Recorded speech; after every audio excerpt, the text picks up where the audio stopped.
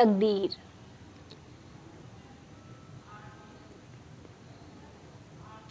चिलचिलाती धूप में हल चलाते चलाते हिमांशु का गला सूख गया था। पसीने की बूंदें उसके माथे से टपककर गालों से नीचे उतर रही थी। सामने ही पीपल के पेड़ के नीचे पानी का लोटा रखा था। हिमांशु पानी से गला तर कर पेड़ की छांव में बैठ गया। उसे वहां बैठे मुश्किल से 5 मिनट भी न हुए थे कि जीतराम चाचा की आवाज़ सुनाई दी।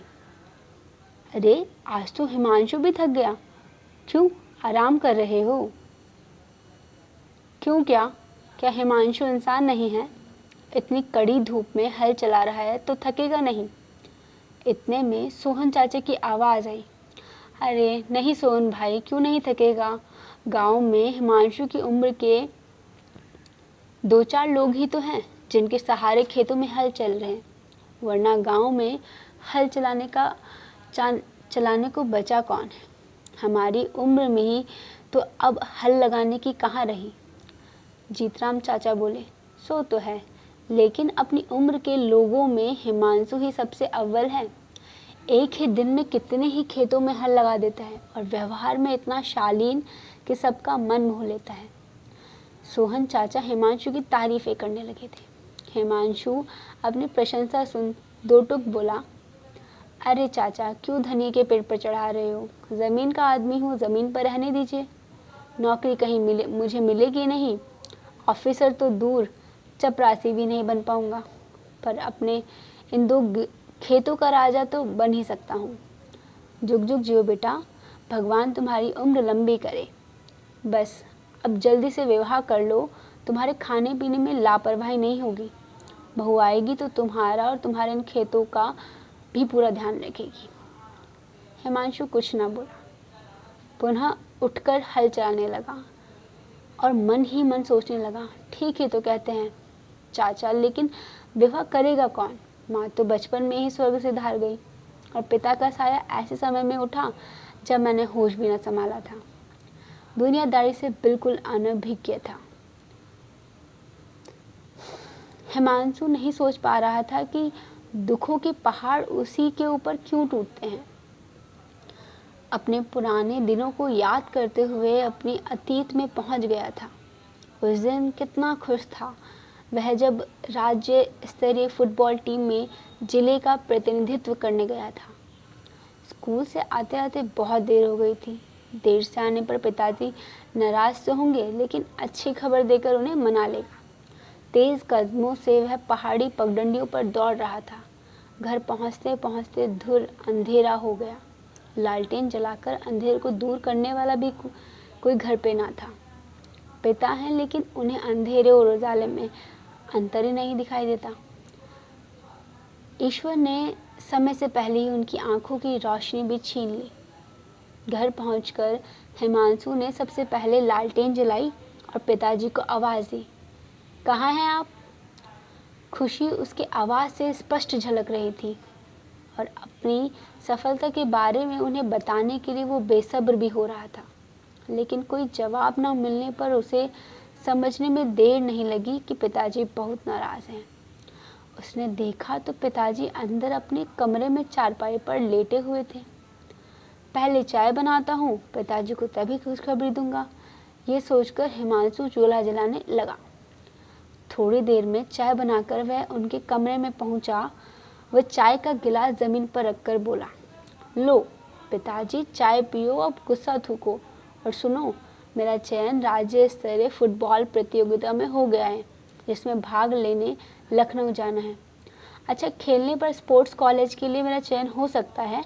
आप खर्चे की चिंता ना करें, वहाँ वजीफ़ा भी मिलेगा। इस खबर को सुनकर भी जब पिता ने कोई प्रतिक्रिया व्यक्त नहीं की तो हिमांशु का माथा ठनका।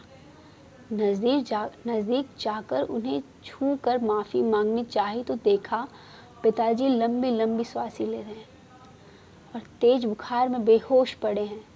हे भगवान, अब इतनी रात को क्या करूं? मैं उनकी हालत देखकर हिमांशु घबरा गया।